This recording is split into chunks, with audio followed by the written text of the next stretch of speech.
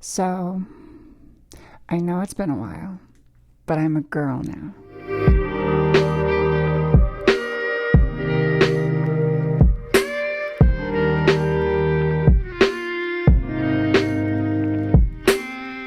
Hey, it's so good to see you. Thanks for dropping by. We're gonna start things off just like very chill, We're gonna go talk through some things. I've got a couple of objects to share. They've got a little bit of sentimental value to me, I think. So I'm excited. I hope that, however your day has been, this makes it a little better. So I guess without further ado, let's get to it. So the first object is one you might be a little familiar with. Oh wow, it's a fun trick noisemaker.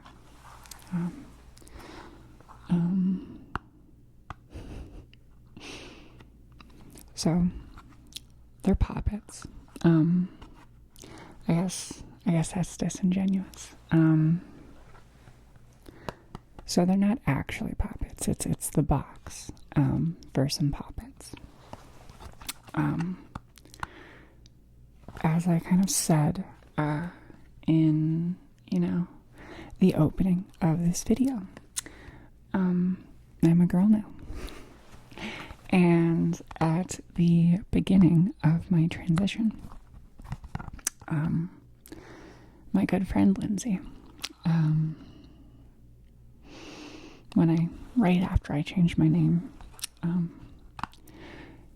she came through with a care package, complete with many fun things. One of those things was hot chocolate in a mug with a J on it. My name's Joyce. And it really meant a lot to me, I think a lot of the time, as people, we're kind of, programmed to focus on negativity or, the difficult aspects of our life. But included in the care package my friend Lindsay got me was some sparklers and this box of poppets. You can see they're a fun trick noisemaker. You're supposed to handle them very carefully. Usually a good rule of thumb for most firework type objects. I'm not a big, I don't think I'm a very big firework person in general. I know we just had the 4th, so this might be a little sacrilegious. But I don't know.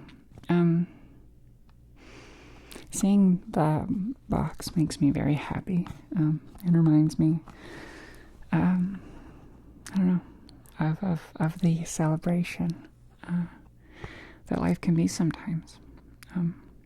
I sort of subscribe to the Marie Kondo way of decorating. So if you look very carefully, you can actually see right between that P and O on the poppets. There's a little hole there.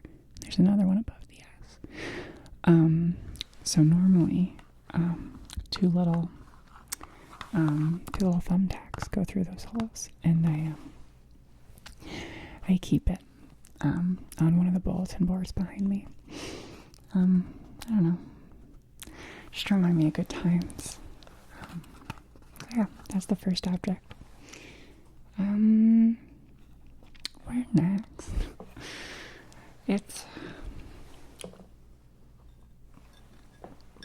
I'll be shockingly honest. I only have 3 objects. Just 3. But, I think they're all high quality. So I think the next one I want to show you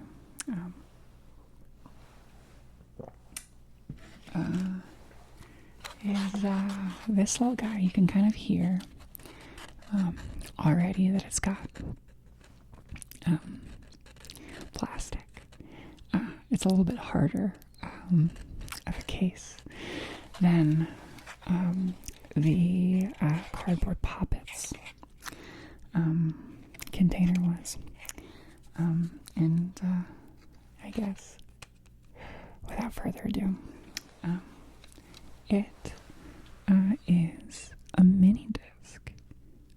Let's see if I can get it to focus. There we go. It's a mini disc, which you may have not seen before,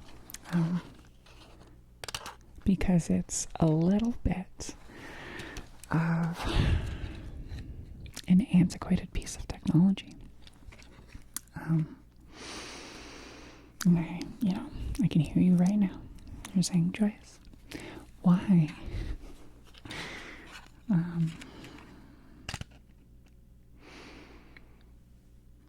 Why is this one of the objects?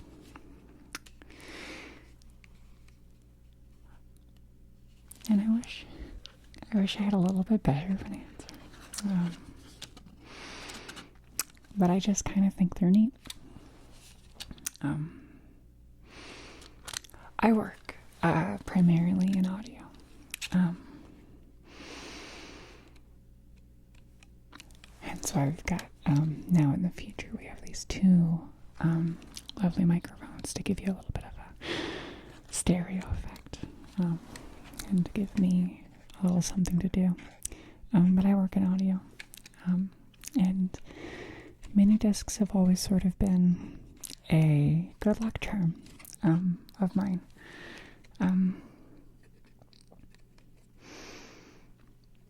Because I think ultimately they're like basically a perfect invention. If you think about audio and the long history of recorded audio, it's leaps and bounds. We started with wax spindles, phonographs that we would make etchings into. The etchings being a physical manifestation of the vibrations in the air that occur whenever we hear a sound. So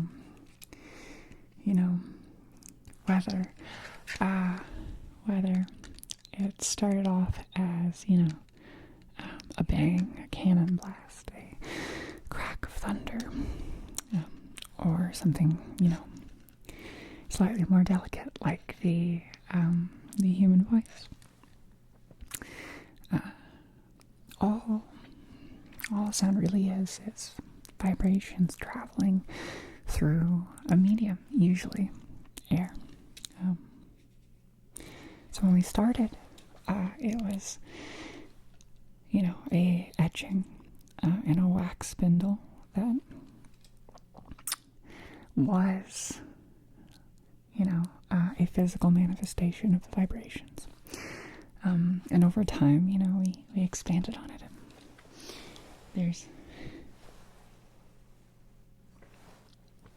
I think there's a good reason, why we're not walking down the street today with a wax spool in our pocket of, big yellow taxi. And that is that audio is always shifting and expanding with the goal of becoming smaller, higher quality, or easier to use. So, we abandoned the wax spools for something that you are probably much more familiar with, which would be a vinyl record.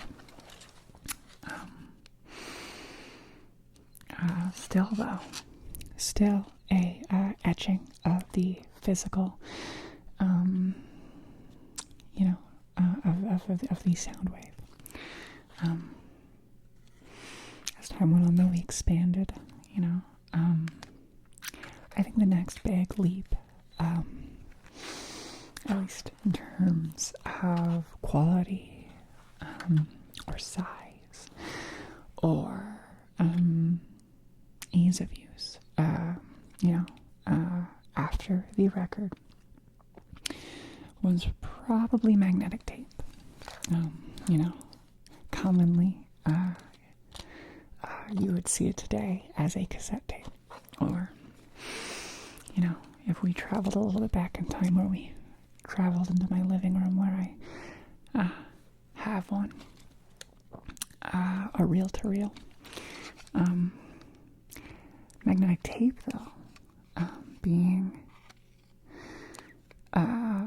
very different. So, magnetic tape is usually actually, oh, that's kind of lovely. Bear with me.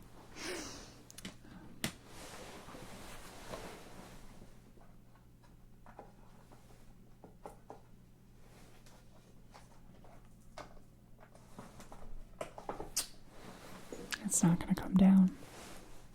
Let me check the other one.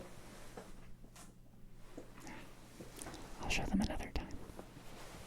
Those are actually two magnetic tape spools that I keep on my wall. One being Soundcraft, the other being Scotch.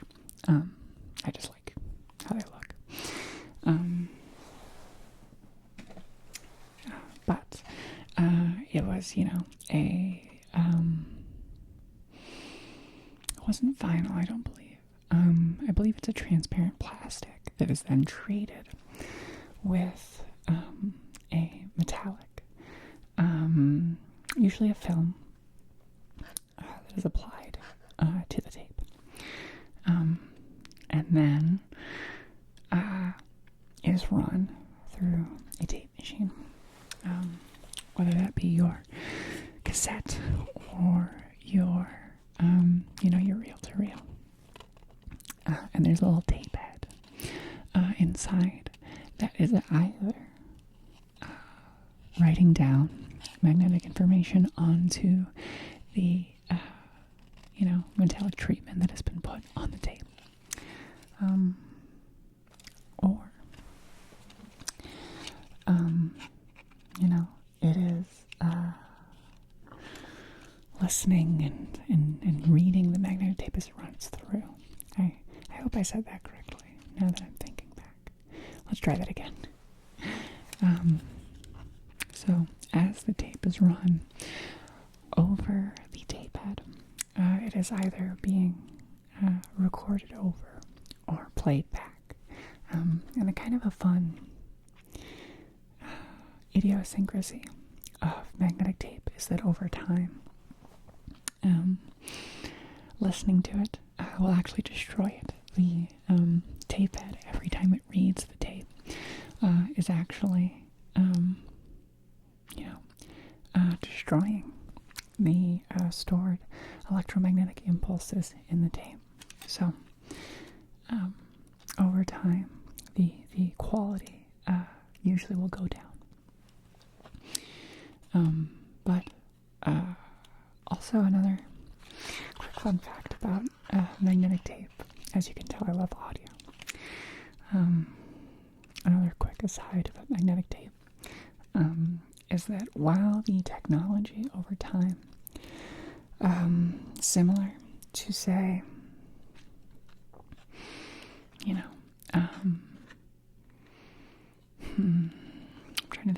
example. Maybe calculators. Where calculator's not a good one. I guess there's no example. Over time, the tape, while our technology got better, and while our, our access to magnetic tape got better over time, the consumer actually experienced a degradation of audio quality over time, not just because the tape heads would sometimes slowly erase the tape, but because of the desire to make things smaller and more convenient.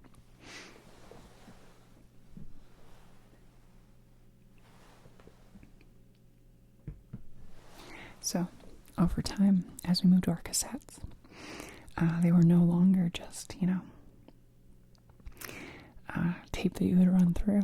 There was now a side A and a side B, very similar to a record, where they would, it kind of depends on the method, but usually it was multiple tracks running along the same magnetic tape. So even though now one tape could contain, up to 4 channels of audio, the audio itself was lower quality, because there was less space to record it on.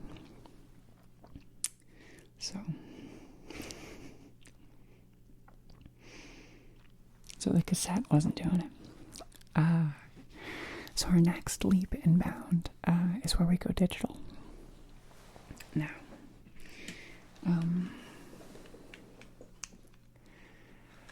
for a very long time, people thought that digital audio would never be able to replicate the warmth or the detail that analog sound could have. Because, as previously stated, the analog audio, at least in the case of records, was a physical manifestation of the vibrations in the air. And even magnetic tape was still analog in that the sound, once it is picked up by a microphone, is then translated into electricity through a transducer. That tape head that we recommended earlier, or that we referenced earlier. When you're speaking into a microphone, for example, this lovely Shure SM58, there's a metal diaphragm inside that essentially is a magnet inside of a wire spool. And when my voice hits that diaphragm, it vibrates in the same way that the air is vibrating as my voice travels through it. That electricity is then generated by the diaphragm moving the magnet within the spool of wire, which is, generating very small, amounts of electricity, at least in a dynamic microphone. If this is interesting, we can talk about ribbon microphones or condenser microphones, or carbon microphones if we want to get niche. But at least in a dynamic microphone, your voice is vibrating a diaphragm that is moving a magnet within some wire that is generating small electromagnetic impulses that travel, in this case, into my audio interface. And then it hits a microphone preamp, which will boost that electrical signal to the level in which it can be used. And then obviously it's usually sent on to, additional amplification, whether it's a headphone amp or a speaker. But that's essentially how analog audio works. But digital audio works very differently. So, if you think about it in the same way that a camera works, a film camera is a exposure of light. But a digital camera has pixels. A digital audio signal has what is often referred to as a sample rate and a bit rate. We've all heard of 8-bit. And I don't want to spend too much time talking about bits or samples, but essentially how it works is the computer that is recording it will take individual snapshots of the waveform. Say, in the example of a sine wave, the nice up and down one. It will take individual moments and it will sample them, and that will find the bit depth, and it will assign a loudness with the bit rate and a frequency with the sample rate. And then when it's played back, your computer will arrange each one of those little individual samples in a row so that you can emulate that nice smooth sine wave. But in reality, if you were, to zoom in, you would actually see the individual steps in the digitized audio.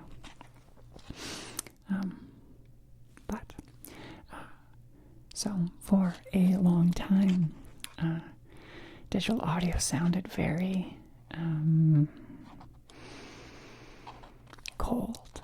It was lacking the warmth, the tone that analog audio gets. And that's where we start to talk about fun things like the Nyquist theorem, which is,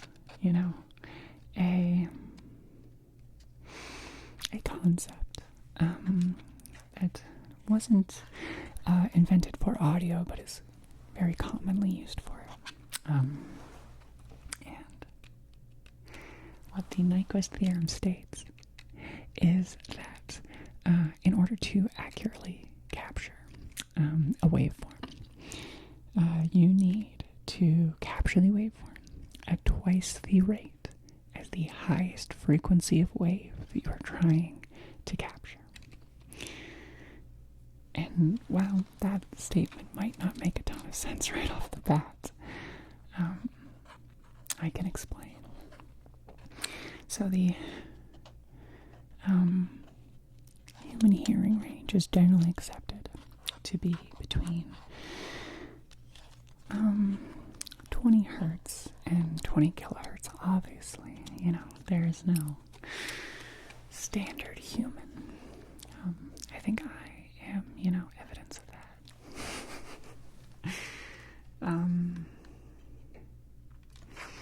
But there's no standard human. But it is generally believed that the human hearing range is between 20 hertz and 20 kilohertz.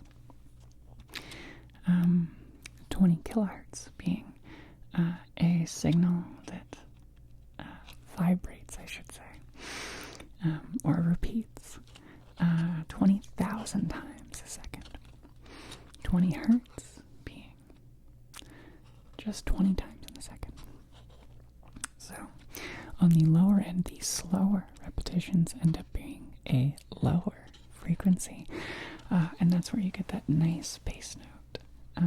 If you're ever in a club and you hear a kick drum beating, it's usually around 170s. It's right that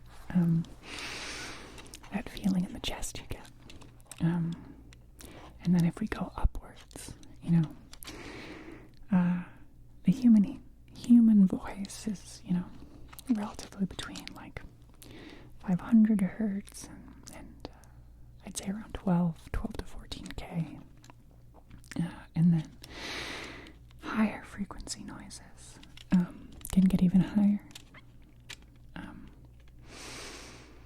But if the human ear is accepted to hear between 20 and 20, then,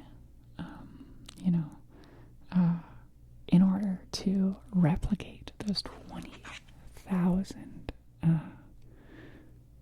vibrations or repetitions every second, the Nyquist theorem states that we need to sample it at least twice the rate, so our sampling rate for a frequency of 20K would have to be a minimum of 40K. And if you're an audio person, I think you may already know where I'm going with this, but that is how we get our standard sample rates of, 44.1 or 48K. If you're working in a studio, you might even be recording in 96K. Just so that you don't lose any of those lovely high frequency notes. But that's where the sample rate comes from. So we, with the implementation of the Nyquist theorem, are able to start replicating all those warm, lovely, human sounds. And that's when CDs come around, the CD-ROM. Depending on how 80s you get, you could even make an argument that the Laserdisc was pretty popular. But the CD-ROM comes out. And we were able to, use them. The CD and the CD player were relatively inexpensive compared to,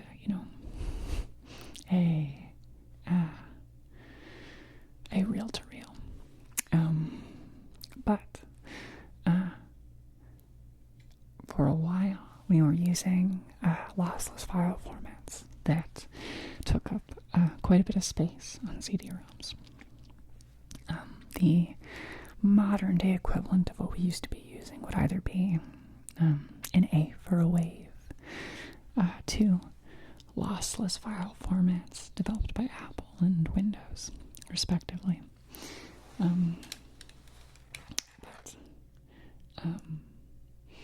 for a while, audio was pretty high quality on those CDs, and it took up quite a bit of space. So, I can't remember who did it. I can't remember the name. I promise I did no research. I'm kind of just going with this. I say I did no research, but I have been working in the field for many, many years. But this is all off the noggin. I can't remember who did it, but I do remember that the song used to develop the MP3 was Tom's Diner by Suzanne Vega, I believe. You probably have heard it before. It's the one that it goes do do do da do do da do da da. That'll be stuck in your head forever.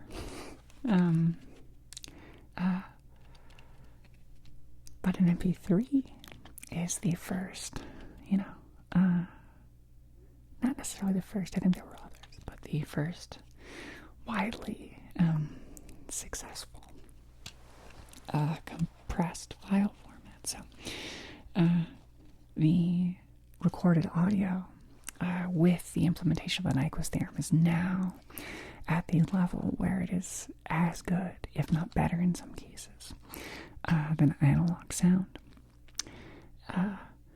And then we, create the MP3, which is, oh my gosh, I think I finally found the analogy.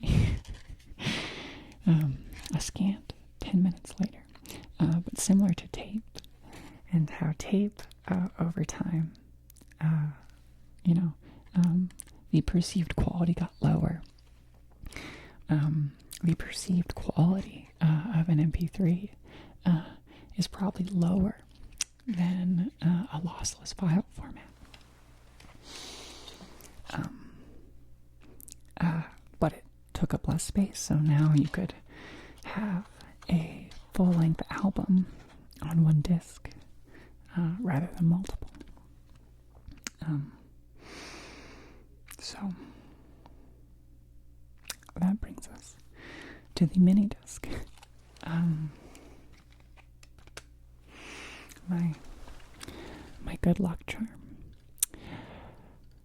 The mini disc,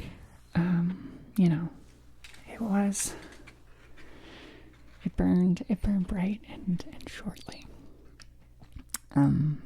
Because before the mini disc could ever reach the popularity that the CD-ROM received, it was quickly and brutally made obsolete by the advent of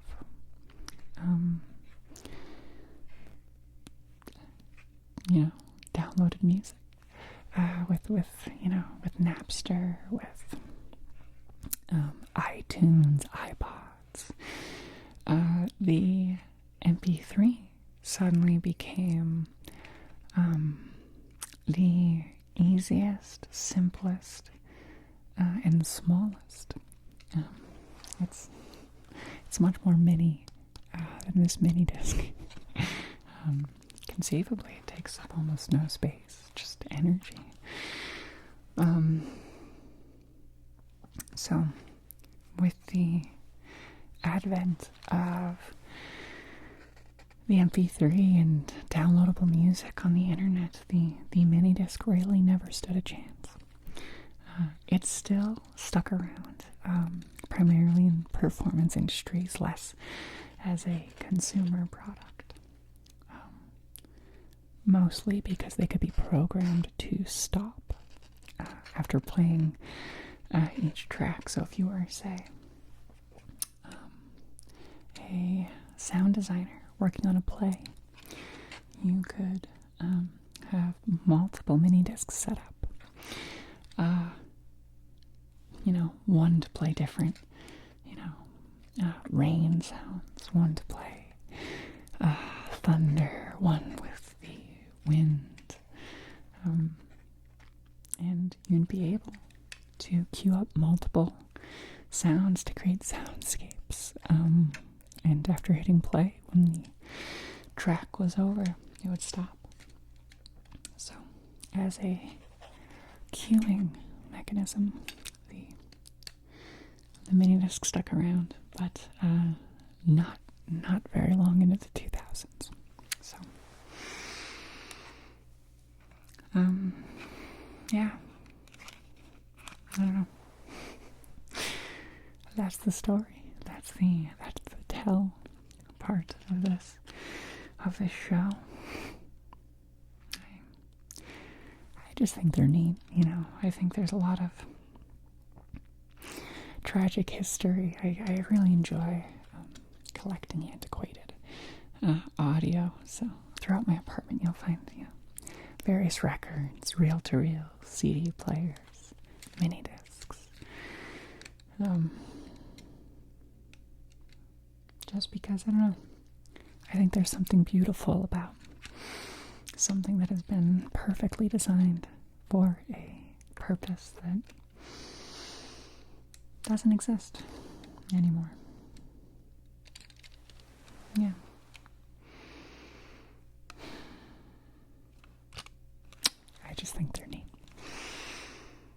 So that's object 2.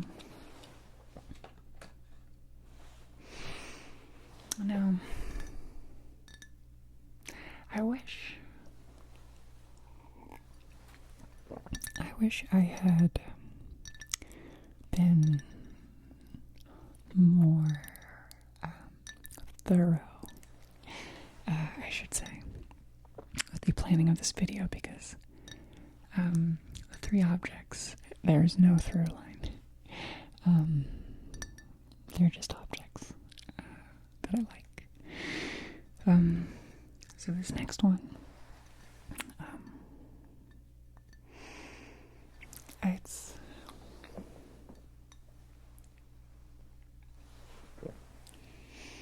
it feels dishonest to say it's mine.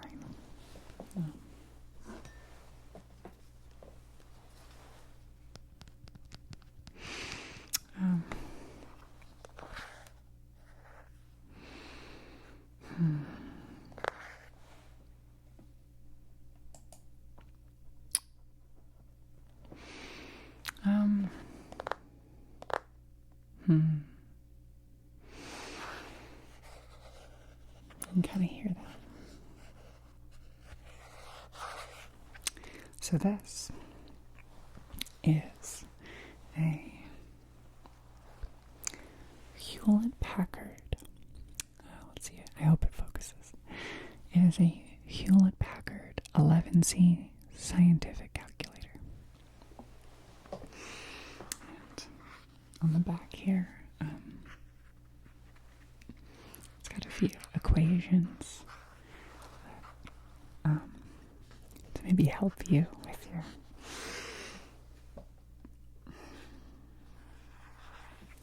various engineering projects.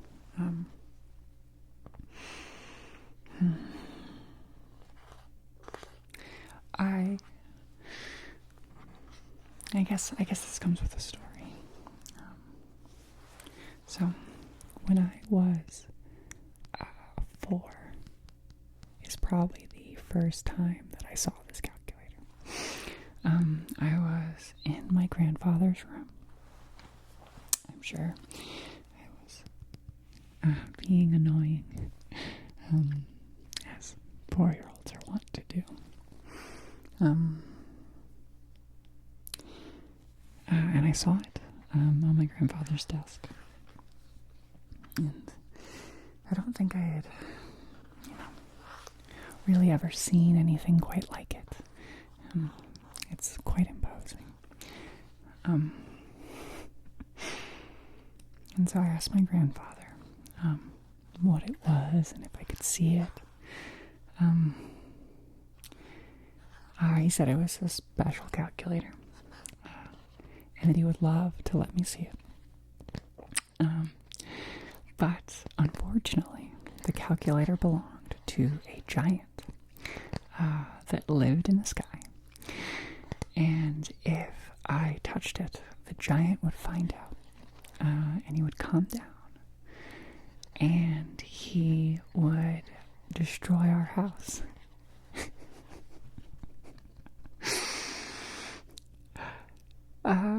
Which, worked as a child. I don't think I ever touched this calculator because I was very afraid of sky giants. But that was my grandfather. He had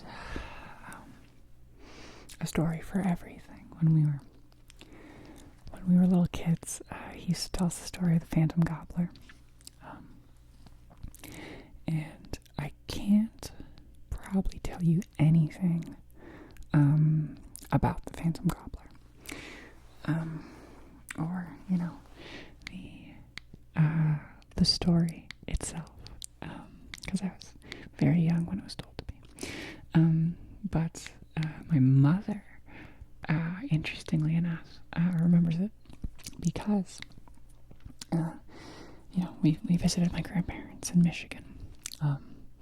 And he told us the story of the Phantom Gobbler, and it scared our little patooties off. And it was so scary that when we returned back to our home state, my brother and I were so afraid we refused to go anywhere.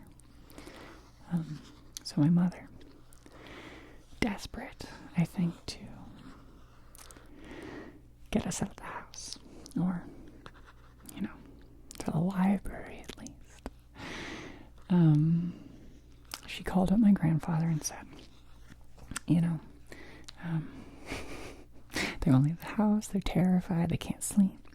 I'm going to put them on, and you need to tell them that you made up the story. So my grandfather's like, no problem. And my mom puts him on the phone, and he explains to me and my brother that he had gone out with his buddies last night, and he shot the Phantom Gobbler, and that he wasn't going to be gobbling kids anymore because, him and his buddies took care of it. Which is, hilarious, because we believed it. We were like, oh my, like, it made so much sense. We're like, how is no one doing anything about this, this Phantom Gobbler going around gobbling up children? And, we believed it, I think, more readily than if he had told us he had made it up, He was this larger-than-life figure, he I don't know, he was a kind old curmudgeon. His favorite movie was probably The Grinch. And he was an engineer. And this was his calculator.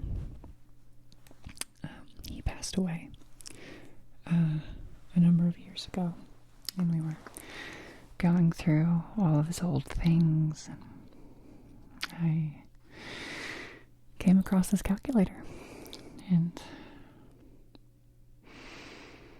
I was like, well, I can't pass up a calculator that at one point may or may not have belonged to a sky giant. So, similar to the poppets, similar to the mini disc, they are now decorations in my home. Things that remind me of who I am and who my family is, who my friends are. So, yeah. And I think that's where we'll end this. Thanks for dropping by. Thanks for, sharing this moment with me. Things have been a little crazy, and regardless of whether or not your life has been a little stressful, or you've needed something to help, relax. I know that I have needed help relaxing. I hope this was that for you. I'm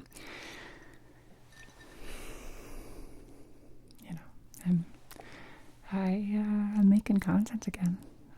I took a couple years off to work on myself and my mental health. But we're back, I stream on Twitch now, a couple nights a week, mostly weeknights, usually starting around 10:30 Central. You can find me at Rejoice Murphy. So I usually just stream, relaxing chats, while I usually will draw. I like drawing quite a bit. I like arts and crafts. So if that sounds like your cup of tea, you can drop by and say hey. Except for Tuesdays. Tuesdays is Tuesdays is not the ASMR stream. Tuesdays, I usually host the stream of my good friend Claire the DM. We will usually play. We do a comedy video game stream, playing dating sims, usually on Tuesday nights. We've been doing it since March. Yeah, and I got back into the ASMR, at least on Twitch, last week. So there's already a few VODs out that if you are hankering for some content, drop by. It'd be great to have you.